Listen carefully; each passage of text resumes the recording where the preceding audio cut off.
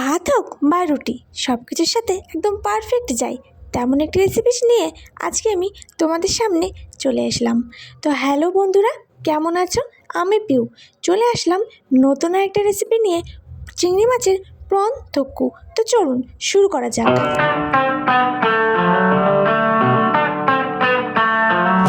তার জন্য আমরা নিয়ে নিয়েছি কিছু চিংড়ি মাছ। চিংড়ি মাছটাকে ম্যারিনেট করে রাখতে হবে, তার জন্য একটু লবণ, হলুদ আর একটু মরিচের গুঁড়ো হলেই যথেষ্ট। এবার এগুলোকে একসাথে একটু মাখিয়ে কিছুক্ষণ রেস্টে রেখে দেব। এরপর একটি কড়াই বসিয়ে তাতে প্রয়োজন মতো সরিষার তেল দেব, আর তারপর এক এক করে এতে দিয়ে দেব একটি শুকনো ঝাল, মৌরি, মেথি আর অল্প একটু সর্ষে।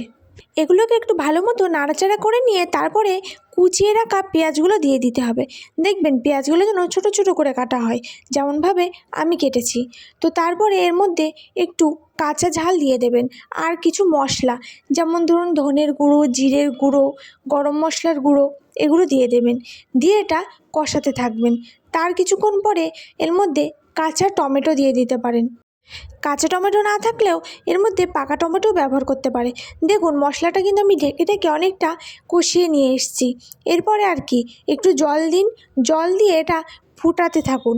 ফোটানো হয়ে গেলে কিছুক্ষণ তারপরে এর মধ্যে মাছগুলো দিয়ে দিন। মাছ দেওয়ার পরে আবার খানিকক্ষণ এটাকে ঢেকে একটু ভালো করে কষিয়ে নিন। ব্যাস, তারপরে কিছুক্ষণের মধ্যেই রেডি হয়ে যাবে আপনাদের প্রন থক্কু। একদম ঘরোয়া উপায়ে আর খুব সহজের মধ্যে সাউথ ইন্ডিয়ান স্টাইলের এই রেসিপিটা আজকে আপনাদের জন্য। তো এমন সহজ আর ঘরোয়া উপায়ে সিম্পলের মধ্যে রেসিপি পেতে আমার চ্যানেলটা কিন্তু অবশ্যই সাবস্ক্রাইব করতে হবে। দেখুন আমার একদম রেডি হয়ে গেছে। এবার এটা গরম ভাত হোক বা গরম গরম রুটি, দুটোর সাথে একদম দুর্দান্ত যায়। তো আজকের রেসিপির ভিডিওটা এই পর্যন্ত। ভালো লাগলে প্লিজ সাবস্ক্রাইব করতে ভুলবেন না, আর একটি লাইক, কমেন্ট, শেয়ার অবশ্যই করবেন। আর এমন ধরনের আরও ঘরোয়া সহজ উপায়ে রেসিপির ভিডিও পেতে আমার চ্যানেলটি সাবস্ক্রাইব করে বেল আইকনটি দাবাতে ভুলবেন না। তো দেখা হচ্ছে আমার পরবর্তী কোনো রেসিপির ভিডিও নিয়ে।